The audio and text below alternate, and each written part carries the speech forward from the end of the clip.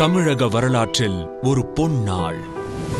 சென்னை மாநகராட்சி பள்ளி ஒன்றிற்கு நிகழ்ச்சிக்காக முதல்வர் வருகை தந்திருந்தார்.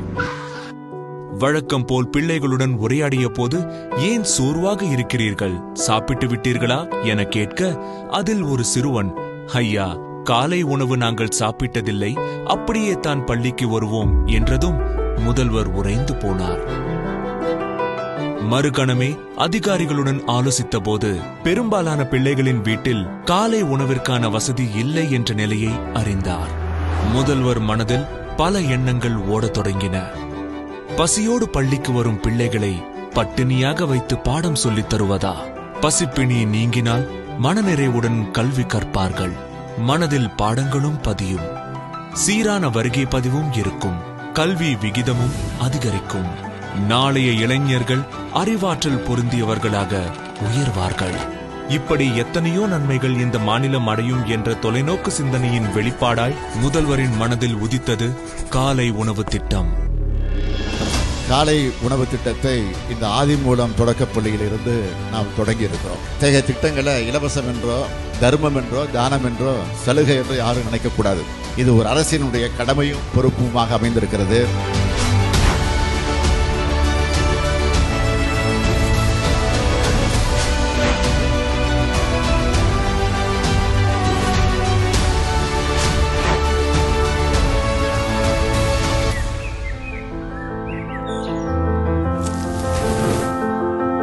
காலையில் 2 மணிக்கு நாங்கள் வந்து ஆரம்பிக்கிறோம். அதிகாலை 6 மணிக்கெல்லாம் முடிக்கிறோம். எங்களுடைய சமையலில் சுகாதார முறையாகவும் சுத்தமாகவும் அதிக ருசியாகவும் நாங்கள் சமைச்சு அவங்கள சாப்பிட வைக்கிறோம். கடந்த 40 வருஷமாக இந்த தொழிலில் இருக்கிறேன். இந்த 40 வருஷம் எனக்கு கிடைக்காத ஒரு சந்தோஷம் இந்த ஒரு வருஷமாக கிடைச்சிட்டு இருக்குது.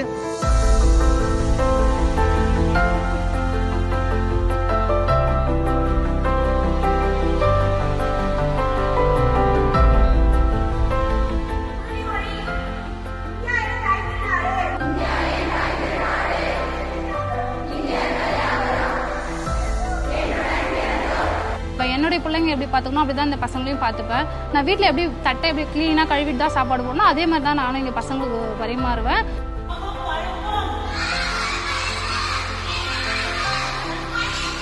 முதல்வரின் காலை உணவு திட்டத்துல நான் முதல் முறையா சாப்பிட்டேன். ரொம்ப நல்லா இருந்தது. சேமியா கிச்சடியில நிறைய காய்கறி இருந்தது. Beans, carrot, bean bun, green peas, onion, tomato இருந்தது. ரொம்ப நல்லா இருந்தது. I like it.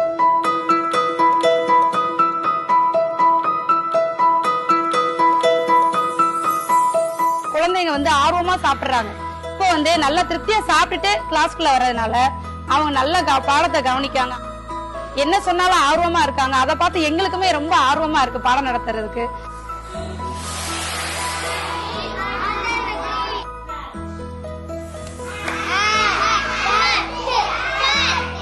ஸ்கூல்ல நல்ல கிளாஸும் கவனிக்கிறா. வீட்டில் வந்து அவளாம் நல்லா படிக்கிறா. இந்த காலை உணவு திட்டம் ரொம்ப உதவியா இருக்கு எங்களுக்கு. எந்த மன உளைச்சலும் இல்லாம நாங்க போய் வேலை பார்க்கறோம். நல்லா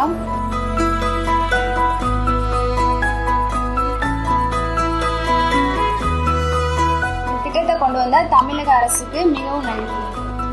வெற்றில் பூச்சிகளாய் தொட்டி தூங்கிய நாங்கள் விமலாய் பறக்க நேரம் வந்து விட்டது. பாரதாயே சுந்தர காக்கா நாளே தூங்கல் இருக்கின்றோம்.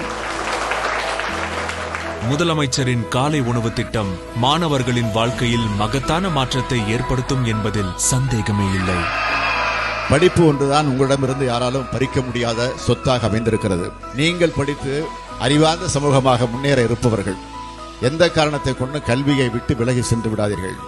விலகி செல்லவும் நான் விடமாட்டேன். அன்பு மாணவ செல்வங்களை, உங்களுக்கு காலையும் மதியமும் உணவு வழங்குகிறோம். நீங்கள் எதை பற்றியும் கவலைப்படாமல் படியுங்கள், படியுங்கள், படியுங்கள்.